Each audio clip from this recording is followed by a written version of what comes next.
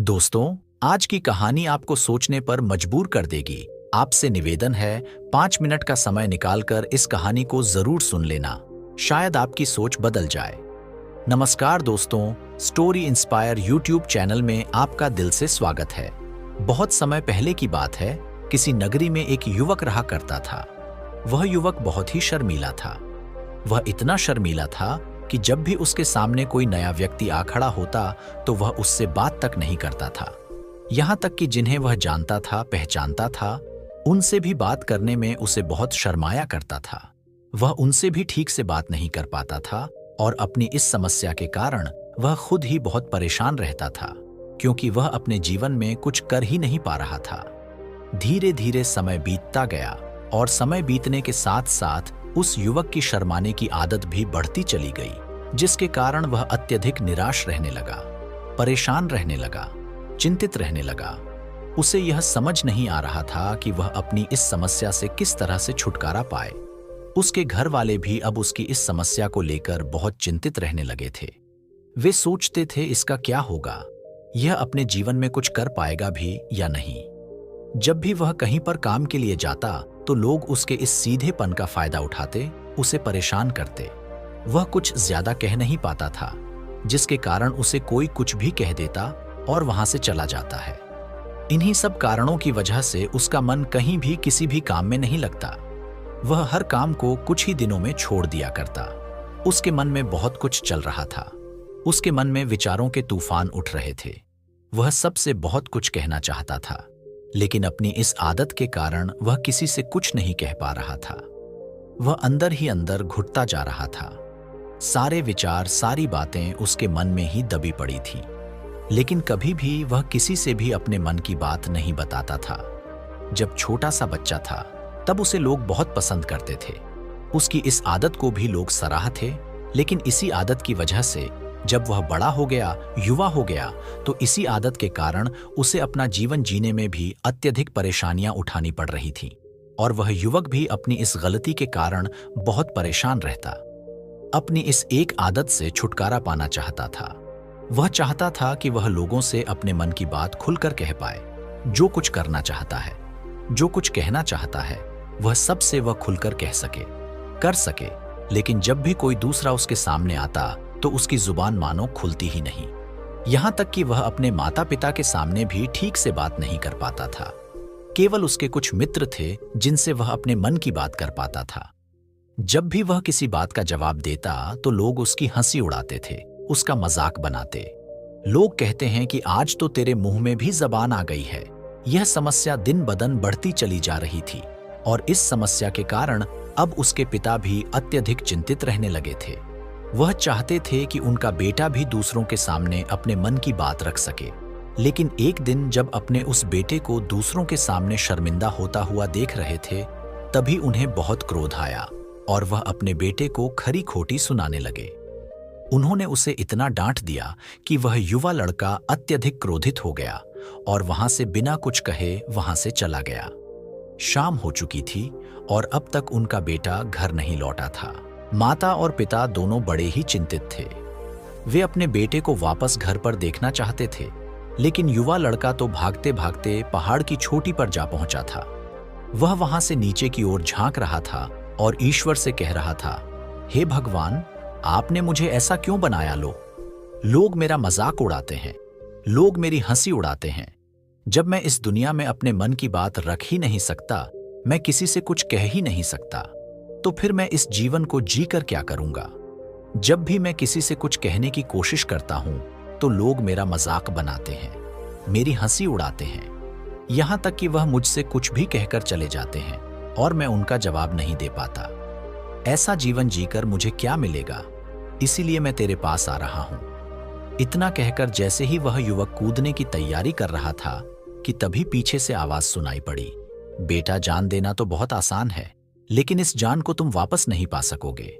जैसे ही यह आवाज उसके कानों में पड़ी, वह पीछे मुड़कर देखने लगा। उसने जैसे ही पीछे मुड़कर देखा, उसने पाया कि एक बौद्ध भिक्षु उसके पीछे खड़े हैं।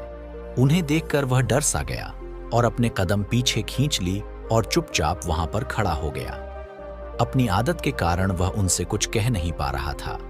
तभी वो भिक्षु उस युवक से कहते हैं, बेटा क्या बात है, आखिर तुम यहाँ पर क्या कर रहे हो और तुम अपने इस जीवन को क्यों समाप्त करना चाहते हो?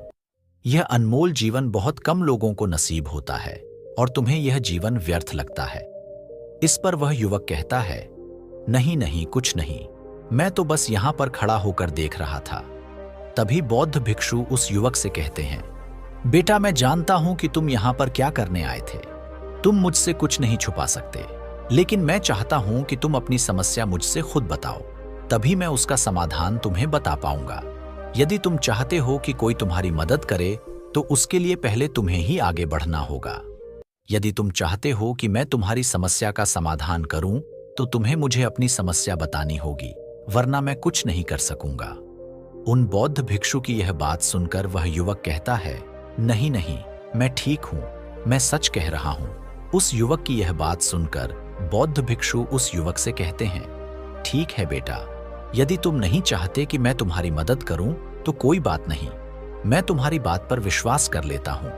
लेकिन तुम्हें भी मेरी एक बात पर विश्वास करना चाहिए कि मैं तुम्हारी मदद के लिए ही यहाँ पर आया हूं। तुम चाहो तो तुम अपनी समस्या मुझे बता सकते हो और मैं तुम्हारी इस समस्या का समाधान भी अवश्य करूंगा। इसका जवाब देते हुए युवक उन बौद्ध भिक्षु से कहता है, नहीं नहीं, मैं ठीक हूं, आप जाइए। इस पर वह बौद्ध भिक्षु उस युवक से कहते हैं, ठीक है बेटा, यदि तुम चाहते हो कि मैं यहां से चला जाऊं तो मैं यहां से चला जाता हूं, लेकिन मेरी एक बात याद रखना, मेरे जाने के बाद मैं तुम्हारी कोई मदद नहीं कर पाऊंगा और हो सकता है कि तुम्हारी मदद के लिए कोई और आगे भी ना आए। इतना कहकर बौद्ध भिक्षु पीछे की ओर मुड़े और अपने मार्ग में आगे बढ़ने लगे। वह युवक वहीं पर खड़ा होकर यह सब देख रहा था। जैसे ही वह कुछ दूर पहुंचे तभी उस युवक ने जोर से आवाज लगाई, गुरुदेव, मेरी समस्या बहुत बड़ी है, क्या आप उसका समाधान कर सकेंगे? क्या आप मुझे उसका समाधान दे सकेंगे? यह सुनकर बौद्ध भिक्षु वहीं पर खड़े हो गए और पीछे मुड़कर उन्होंने उस युवक की बात का जवाब देते हुए कहा, बेटा, इस दुनिया में कोई भी ऐसी समस्या नहीं है जिसका कोई समाधान ना हो। यदि तुम मुझे अपनी समस्या बताओगे तो मैं उसका समाधान अवश्य करूंगा। तभी वह युवक उन बौद्ध भिक्षु से अपनी समस्या बताते हुए कहता है, गुरुवर, मेरी एक बहुत बड़ी समस्या है कि मैं शर्मीला हूं, जिसके कारण मैं किसी से कोई बात नहीं कर पाता। यहां तक कि मैं अपने मन की बात भी किसी को नहीं बता पाता। जब भी मैं किसी से बात करने की कोशिश करता हूं तो लोग मेरा मजाक उड़ाते हैं, मेरी हंसी उड़ाते हैं। जब भी मुझे कोई खरी खोटी सुनाता है, उलटी सीधी बातें करता है, तो मैं उनका जवाब नहीं दे पाता। मैं लोगों की तरह चालाक बनना चाहता हूं, लोगों की तरह बातों का जवाब देना चाहता हूं, अपने मन की बात करना चाहता हूं। मैं इस दुनिया के साथ कदम से कदम मिलाकर आगे बढ़ना चाहता हूं। क्या इसका कोई समाधान? उन बौद्ध भिक्षु ने उस युवक की सारी बातें ध्यानपूर्वक सुनी और फिर जवाब देते हुए कहते हैं, बेटा, जरूरत से ज्यादा शर्मीला होना, इसका अर्थ यह है कि तुम्हारे अंदर कोई डर है जिसे तुम पहचान नहीं पा रहे हो, जिसका कारण उसका समाधान करने में भी असमर्थ है। शर्म करना अलग बात है और डरना अलग। जब हमारे भीतर डर होता है तब हम कहीं भी किसी से भी कोई भी बात नहीं कर सकते। हमें चारों तरफ केवल डर ही नजर आता है और हम हर जगह से डरते ही रहते हैं, लेकिन इसे शर्माना नहीं कहते। शर्म तो बस एक हद तक तुम्हें चुप रख सकता है। फिर वह बौद्ध भिक्षु उस युवक से कहते हैं, बेटा, तुम सबसे अधिक किससे शर्माते हो? युवक इसका जवाब देते हुए कहता है, गुरुवर, मुझे अपने पिता से बात करने में बहुत शर्म आती है, मैं उनके सामने कुछ बोल ही नहीं पाता। तभी वह बौद्ध भिक्षु उस युवक से कहते हैं, अच्छा, तो यह बताओ, जब तुम अपने पिता से बात कर रहे होते हो या फिर बात करने का प्रयास करते हो तो तुम्हारे मन में कैसे ख्याल आते हैं? युवक इसका जवाब देते हुए कहता है, गुरुवर, जब भी मैं अपने पिता से बात करने का प्रयास करता हूं तो मुझे ऐसा लगता है कि मानो मेरे पिता अभी मुझे डांट देंगे, मुझ पर क्रोध करेंगे, मुझसे नाराज हो जाएंगे और कहीं ना कहीं मुझे यह भी लगता है कि मैं कुछ गलत बात ही करूंगा। यहां तक कि मेरे मन में ऐसे भी ख्याल आते हैं कि शायद मेरे पिता मुझसे प्यार ही नहीं करते। परंतु गुरुवर, आप कहते हैं कि शर्म अलग है और डरना अलग बात है, तो क्या कोई ऐसा उपाय है जिससे से मुझे डर ही ना हो?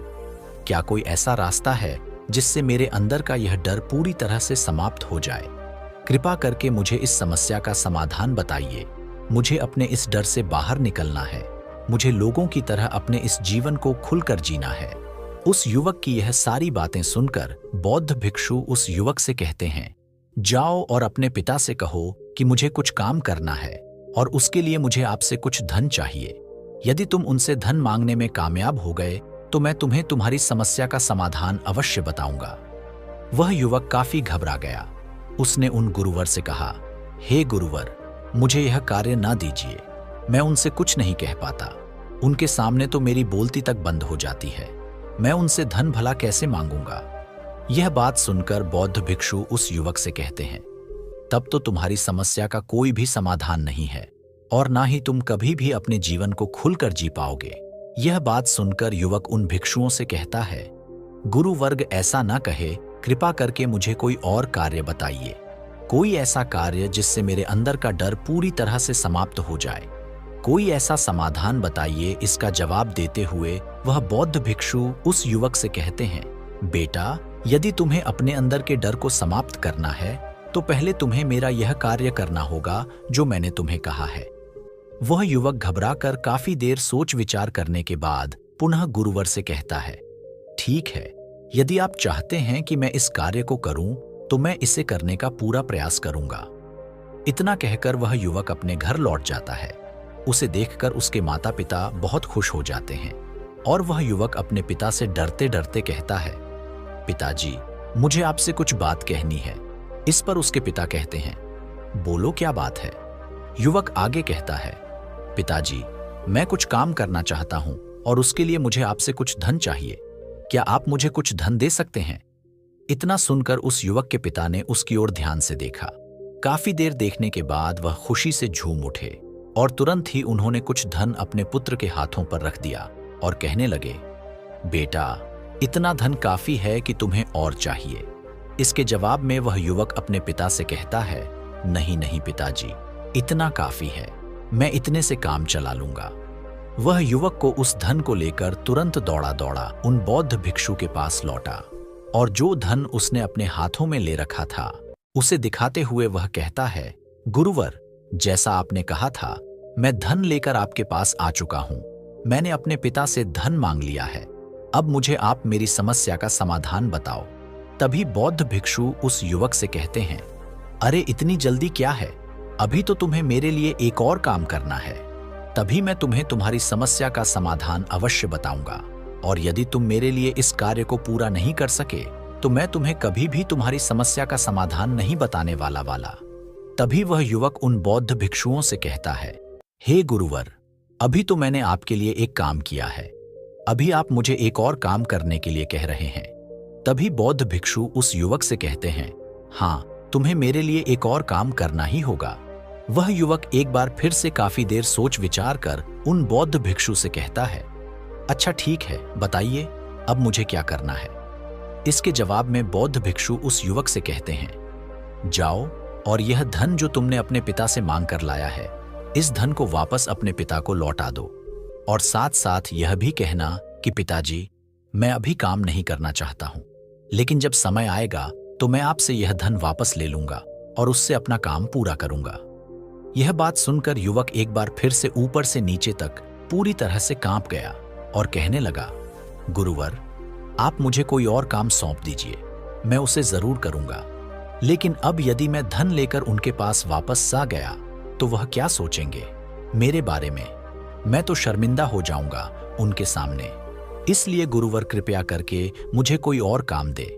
तभी बौद्ध भिक्षु उस युवक से कहते हैं, बेटा, जो काम मैंने तुम्हें सौंपा है तुम्हें उसी कार्य को पूरा करना होगा, अन्यथा तुम्हारी समस्या का समाधान मैं तुम्हें नहीं बताने वाला। काफी देर सोच विचार करने के बाद वह उन बद्ध भिक्षु से कहता है, ठीक है गुरुवर, मैं वापस जाता हूं और यह धन लौटा कर मैं अब भी आता। वह तुरंत दौड़ा दौड़ा अपने पिता के पास वापस लौटा और उसने अपने पिता से कहा, पिताजी, मैं यह धन अभी नहीं लेना चाहता, अभी यह धन आप मुझसे वापस ले लीजिए। जब मुझे कोई काम पड़ेगा तो मैं आपसे यह धन वापस ले लूंगा। उसके पिता ने उस युवक की तरफ घूर घूर कर काफी देर तक देखा और फिर मुस्कुराते हुए कहने लगे, बेटा, मैं समझता हूं कि किसी भी काम को शुरू करने से पहले हमें उसके बारे में जानकारी इकट्ठा करनी चाहिए। उसके बारे में समझना जरूरी है। कब, क्या, कैसे और कब तक करना है, इसके बारे में भी हमें जानकारी लेनी जरूरी है। कोई भी काम ऐसे ही नहीं शुरू किया जा सकता। उसमें हम नहीं होंगे या फिर नहीं, इसका भी अनुमान हमें लगाना पड़ता है। और जब हम इन सभी के बारे में सही जानकारी प्राप्त कर लेते हैं, तभी हमें धन लगाना चाहिए। मुझे बहुत खुशी है कि तुमने यह सही निर्णय लिया है। जब तुम्हें यह समझ में आ जाए कि जो कार्य तुम करने जा रहे हो वह तुम्हारे लिए उचित है, तब तुम चाहो तो मैं तुम्हें यह धन वापस लौटा दूंगा। युवक अपने पिता से यह सारी बातें सुनकर मन ही मन बहुत प्रसन्न था। उसने यह तो उम्मीद तक नहीं की थी कि उसके पिता हंसकर उसे इस तरह से सारी बातें समझाएंगे। वह मन ही मन यह सोच ही रहा था कि तभी उसके पिताजी उसके और करीब आए और अपनी उस युवा बेटे को गले से लगा लिया। जैसे ही उसके पिता ने उस युवक को गले से लगाया, उसको बहुत अच्छा महसूस हुआ। उसका आत्मविश्वास, उसका हौसला और बढ़ता गया। उसके बाद युवक वापस पुनः गुरुवर के पास लौटा और कहने लगा, गुरुवर, जैसा आपने कहा था मैंने बिल्कुल वैसा ही किया है। मैंने धन अपने पिता को वापस कर दिया है। अब तो कृपया करके मुझे मेरी समस्या का समाधान बता दीजिए। तभी बौद्ध भिक्षु उस युवक की तरफ देखकर मुस्कुराते हैं और इस युवक से कहते हैं, बेटा, इतनी जल्दी क्या है? अभी तो तुम्हें मेरे लिए एक और काम करना ही पड़ेगा। वह युवक कहता है, महाराज, आप आखिर मुझसे बार बार इस तरह से काम क्यों करवा रहे हैं? क्या आपके पास मेरी समस्या का कोई समाधान नहीं है? कहीं आप मुझे बेवकूफ तो नहीं बना रहे? जिस तरह से लोग मुझे बेवकूफ बनाते हैं, क्या आप भी मेरे साथ वही तो नहीं कर रहे? आपने कहा, जाओ अपने पिता से पैसे मांग कर लाओ। मैंने पैसे मांग कर लाए। आपने फिर कहा, जाओ यह पैसे अपने पिता को लौटा कर आओ। मैंने आपके कहे अनुसार बिल्कुल वैसा ही किया। और अब आप कह रहे हैं कि मैं आपके लिए एक और काम करूं। नहीं, यह मुझसे नहीं होगा।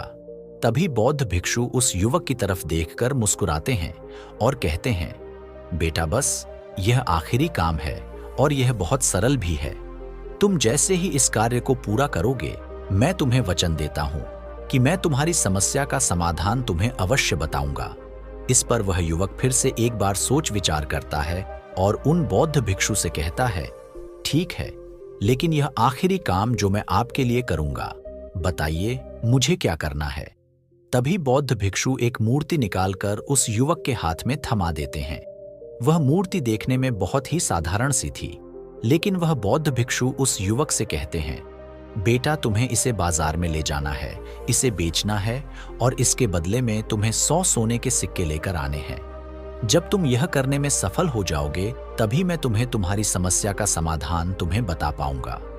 वह युवक उस मूर्ति को अपने हाथ में लेकर बड़े ही गौर से देखता है और उन बौद्ध भिक्षुओं से कहता है, हे गुरुवर, यह तो बड़ी ही साधारण सी मूर्ति लग रही है, मानो मिट्टी की बनाई गई। इसके लिए भला 100 सोने के सिक्के मुझे कौन देगा? कहीं आपका माथा फिर तो नहीं गया है?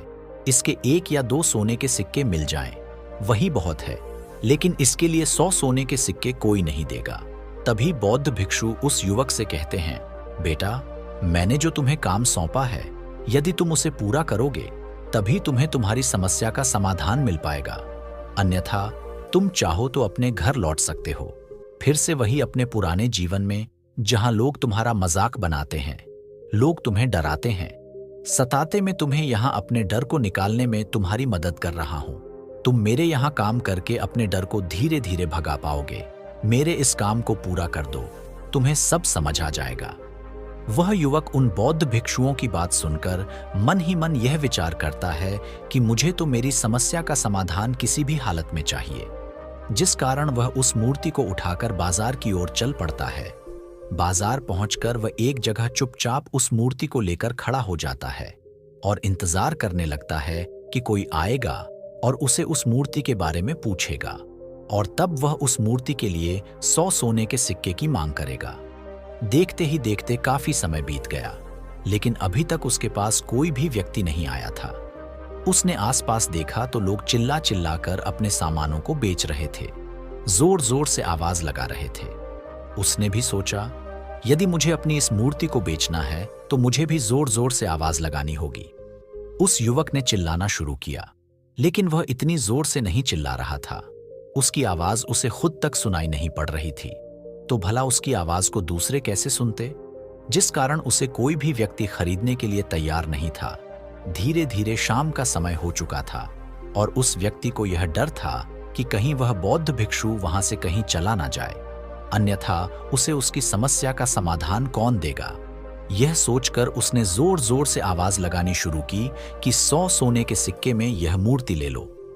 उसकी आवाज सुनकर लोग उसके पास आने लगे और उससे यह सवाल करने लगे, इस मूर्ति में ऐसा क्या है जो तुम इसके लिए 100 सोने के सिक्कों की मांग रहे हो? इसके अंदर ऐसा कुछ तो खास होगा ही। युवक काफी देर सोच विचार कर उस युवक से कहता है, नहीं नहीं, मुझे कुछ नहीं पता, मैं तो बस यह मूर्ति यहां पर बेचने आया हूं। तभी उसमें से एक युवक उस युवक से कहता है, अगर ऐसी बात है तो इस मूर्ति को कोई नहीं खरीदने वाला। आखिर इस मूर्ति में ऐसा क्या खास है जिसके लिए तुम सोने के सिक्के की मांग कर रहे हो? यह तो तुम्हें बताना ही पड़ेगा। धीरे धीरे कई लोग उसके पास आए और सभी ने बस एक ही सवाल किया, आखिर इस मूर्ति में ऐसा क्या खास है? ऐसी क्या बात है जिसके लिए तुम सोने के सिक्के की मांग कर रहे? उस युवक ने उससे बातचीत की, उन्हें समझाने की कोशिश की, कई प्रयत्न किए, लेकिन कोई भी उस मूर्ति को सोने के सिक्के देकर खरीदने के लिए तैयार नहीं था। वह निराश हो गया। उसे कुछ समझ नहीं आ रहा था कि वह क्या करे। तभी बाजार में उसने देखा कि कुछ लोग अपने सामानों की खासियत बता रहे हैं। उसे बेचने के लिए उसकी खास खास बातों के बारे में लोगों को समझा रहे हैं। यह देखकर उसने भी सोचा कि मुझे भी इस मूर्ति की कुछ खासियत लोगों को बतानी है। उसने फिर एक बार जोर जोर से आवाज लगानी शुरू की, समस्या का समाधान निकालने वाली मेरी गुरु की इकलौती मूर्ति, जो इस दुनिया में केवल एक ही है, जिसके पास भी यह मूर्ति होगी उसके घर में कोई समस्या नहीं होगी। यह मूर्ति उस समस्या का समाधान तुम्हें अवश्य बताएगी। यह सुनकर लोग उसके पास पहुंचने लगे और उसे यह सवाल करने लगे, क्या सच में यह मूर्ति जिसके पास होगी उसके पास कोई समस्या नहीं होगी? क्या सच में यह सभी समस्याओं का समाधान करती है? उसका जवाब देते हुए युवक कहता है, हाँ, सभी समस्याओं का समाधान कर देती है। यदि आप इस मूर्ति को ले जाते हैं, आपके घर में कोई भी समस्या होगी तो उसका समाधान यह आपको अवश्य बताएगी। चाहे कोई भी समस्या हो, कैसी भी समस्या हो, कैसी भी परिस्थिति हो, आपको इसका समाधान अवश्य मिलेगा। इतना सुनने के बाद अब वही एक मूर्ति सबको चाहिए थी। उस मूर्ति के दाम लगाने लगे। कोई उसे 200 सोने के सिक्के, तो कोई 400, कोई 6-7, तो कोई 1000 सोने के सिक्के देने के लिए तैयार था। उस मूर्ति की कीमत लगातार बढ़ती जा रही थी। जैसे जैसे लोगों को पता चलता जा रहा था कि यह मूर्ति लोगों की समस्या का समाधान करती है, लोग उसे किसी भी कीमत पर खरीदने के लिए तैयार हो गए। अब वह युवक भी आत्मविश्वास के साथ और जोर से चिल्ला रहा था, लोगों को उस मूर्ति के बारे में समझा रहा था, बता रहा था।